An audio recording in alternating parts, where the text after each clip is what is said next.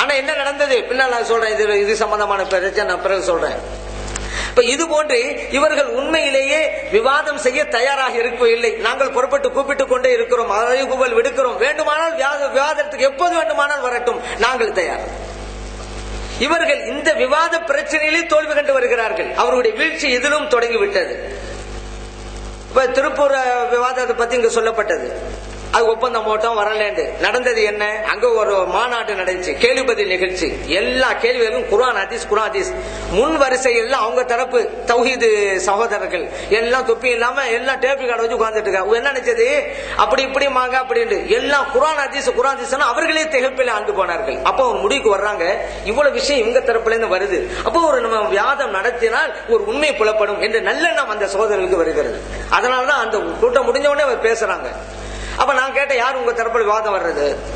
அவரே வருவார் அப்படின்னாங்க. அவர் வரவில்லை என்றால் அப்படி நான் கேட்டேன். இல்ல அவர் வருவார், ஏன்னா அந்த பிள்ளைகளுக்கு தெரியாது.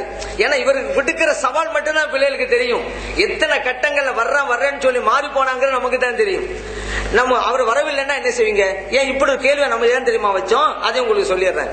ஃபர்ஸ்ட் சென்னை மாநகரத்தில் நம்ம தர ஜமாலியால ஓதன ஆலிம் பெருமக்கள் எல்லாம் அங்கங்க குத்பா பிரசங்களில் சவால் விட்டார்கள், நாங்கள் விவாதத்துக்கு தயார் என்று. அவங்க போய் அணுகும் போது நம்முடைய பேரை சொல்லி இருக்கிறாங்க.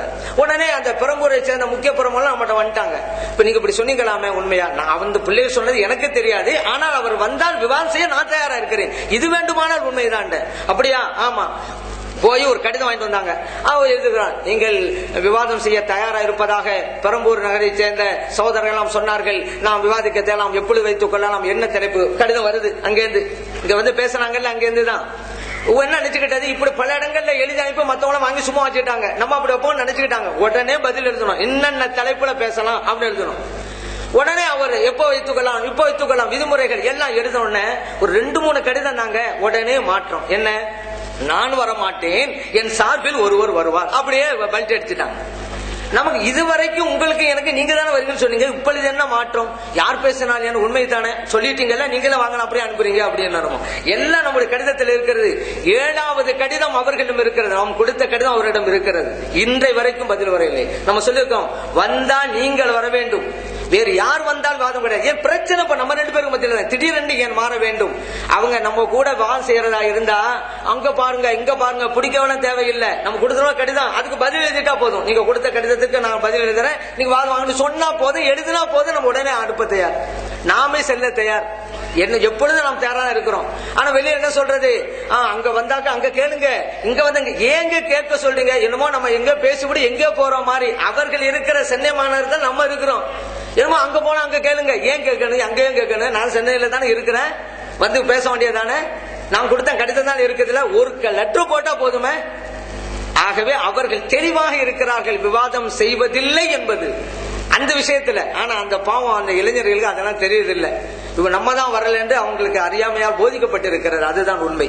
சரி, இப்ப இந்த வருஷத்தினாலதான் இப்ப திடீர்னு பல்ட் அடிச்சுட்டாருல, அதனாலதான் நம்ம அங்க திருப்பூர்ல கேட்டோம், அவர் தான் வருவார்னு அந்த பிள்ளைகளும் சொன்னாங்க. பாவம், அப்ப அவர் வரவில்லை ஆனால் என்ன அப்படின்னோம். அவர் வராவிட்டால் நாங்கள் தௌஹீத் ஜமாத்தை விட்டு சுன்ன ஜமாத்திலே சேர்ந்து விடுகிறோம் என்றார். அப்படியா? அதை எழுதி தாருங்கள் என்னும். இன்னைக்கு பேச நாளைக்கு மாறிவிட்டா எழுதியும் தந்து விட்டார்கள், வேற வழி இல்லையில.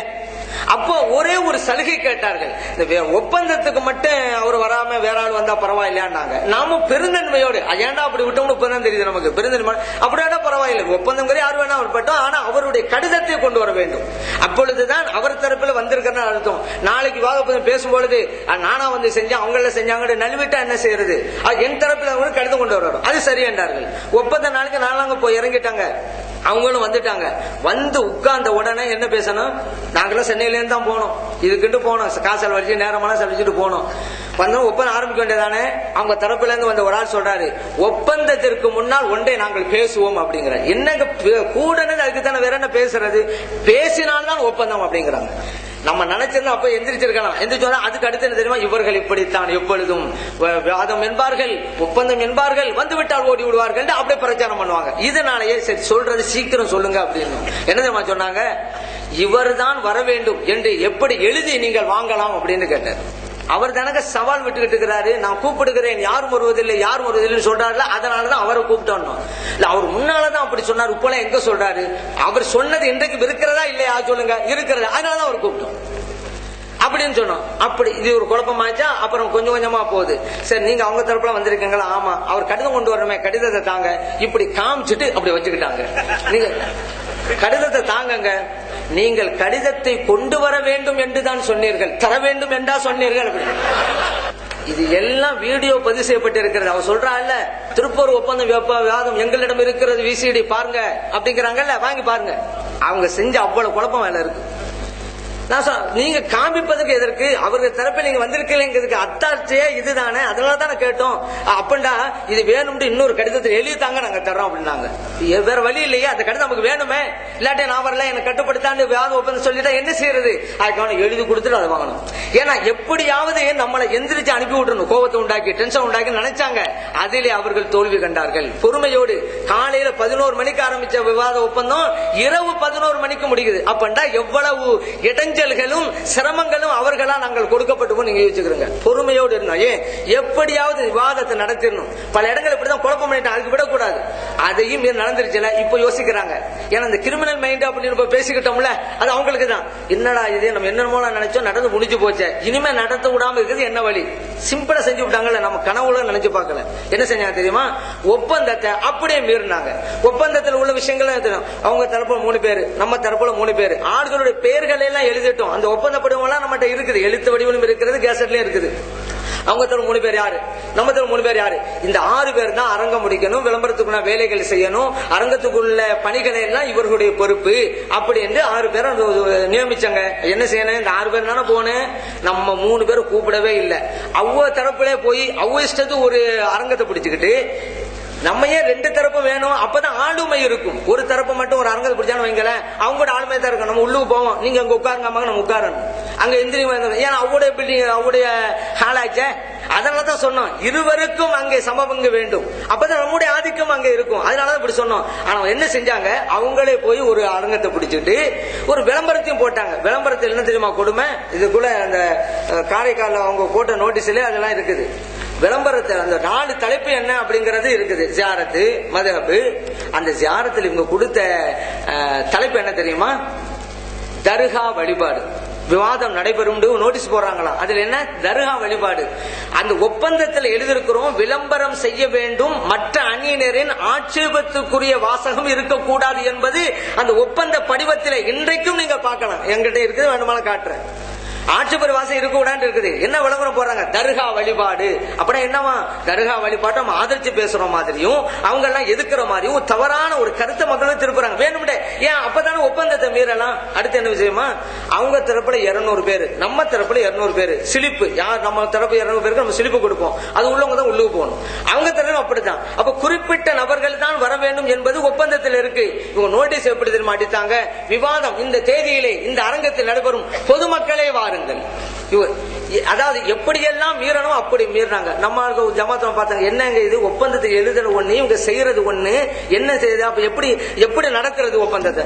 அது ஒப்பந்தத்தின் பிரகாரம் எப்படி விவாதத்தை நடத்துறது? உடனே நோட்டீஸ் போட்டாங்க, இவர்கள் செய்த ஒப்பந்தம் இது, மீறியது இது, அப்படியே போட்டாங்க.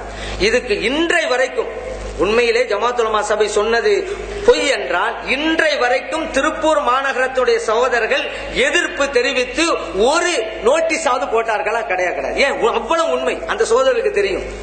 மேலிடத்தில் உள்ளவங்க தாங்க இப்ப ஏமாத்திட்டு இருக்காங்க. உண்மையில அந்த சகோதரர்கள் இப்ப வாதம் நடக்கணும், இது ஹக்குன்னு தெரியணும், ஆசையில தான் அவங்க வந்தாங்க. அதை இவங்க குழப்பி விட்டாங்க. இதை விட இன்னொரு விஷயம், இப்ப என்ன சொல்றாங்க? நாங்க போய் உட்கார்ந்துட்டு இருந்தோம், வரலங்கிறாங்கல்ல. அதுவும் பாருங்க, விவாதம் நடைபெற இன்னும் 2 நாட்கள் இருக்கிறது. அதுக்கு முன்னாலேயே விளம்பரம், பிரபலியமான டிவியிலே விளம்பரம். உங்களுக்கு தெரியும் என்ன டிவி அப்படிங்கிறது. அதுல விளம்பரம் என்ன தெரியுமா? விவாதம் இல்லை, இந்தந்த தலைப்பிலே இன்னாரும் உரையாற்றுவார், அப்படித்தான் நடக்கும் என்று 2 நாளுக்கு முன்னால டிக்ளேர் பண்ணிட்டாங்க. ஏன் இவ்வளவுக்கும் பிறகும் நான் போய் இறங்கிட்டா என்ன செய்யறது? ஏன் போய் நம்ம போறவங்க, நாங்க 2 நாளைக்கு முன்னாடி வாதம் விளையாட்டோம், ஏன் வந்தீங்க அப்படி நம்மள கேட்கலாம்ல. இதுக்காக வேண்டிய என்ன செய்யறாங்க? விவாதம் என்பதே கிடையாதுன்ட்டாங்க 2 நாளைக்கு முன்னால. உலகம் முழுவதும் பார்க்கப்பட்டு இருக்கிறது. இன்னைக்கு என்ன சொல்ற பொய் சொல்றாங்க? நாங்க போய் உட்கார்ந்துட்டு இருந்தோம், இவங்க எல்லாம் வரல. எவ்வளவு ஒரு பொய்! வாதம் இல்லைன்னு சொல்லிவிட்டு 2 நாளைக்கு முன்னால கூட்டம் தான் நடக்கும் சொல்லிவிட்டு அப்புறம் எப்படி எங்களை எப்படி எதிர்பார்த்தீங்க நீங்க? சரி, இவ்வளவு இன்னொரு விஷயத்தையும் சொல்றேன்.